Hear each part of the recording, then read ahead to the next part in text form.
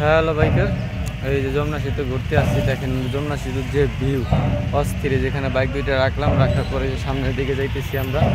এখন দেখেন যে নদী, যমুনা সেতুর যে নদী, ও যেখানে বড় বড় টিলার গাড়তেছে, ওই যে দিকে অসংখ্য বাইক রাখা আছে।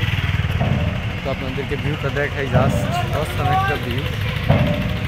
দেখেন কি সুন্দর ভিউ। এখানে শীত, ওদিকে মিষ্টির মতো, মানে জানি মেঘলা আকাশ, কুয়াশার মতো ওদিকে দেখা যাচ্ছে না, এরকম ওয়েদার। ওই যে দূরপথে দেখা যাইতেছে, রোদের কারণে আসলে দেখা যাইতেছে না।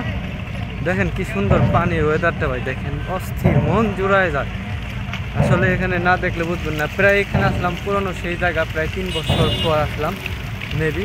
ওই যে দেখেন পাশে যমুনা সেতু ব্রিজ, আমাদের যে সেতুর ব্রিজটা রয়েছে, ওই যে এখানে দেখতে পারবেন আপনারা।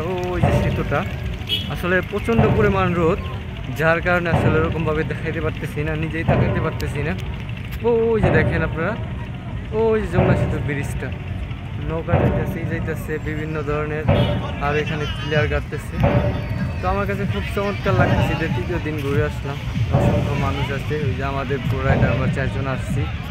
তো খুবই ভালো লাগতেছে। এখনই ঘোরার বয়স, এনজয় করার বয়স। বাসায় এনে থেকে বেরোয় যান। জীবনে অর্থের মূল্য আছে, কিন্তু ভাই অর্থই সব নয়। কিন্তু যখন আবার টাকা থাকবে, তখন ওই সময় বয়স হয়ে গেলে শখ সালাদ থাকবে না। তাই আমি সাজেস্ট করবো সবাই বেরো আসেন ঘুরতে। এখনই ঘোরার বয়স, এখন এনজয় করার বয়স।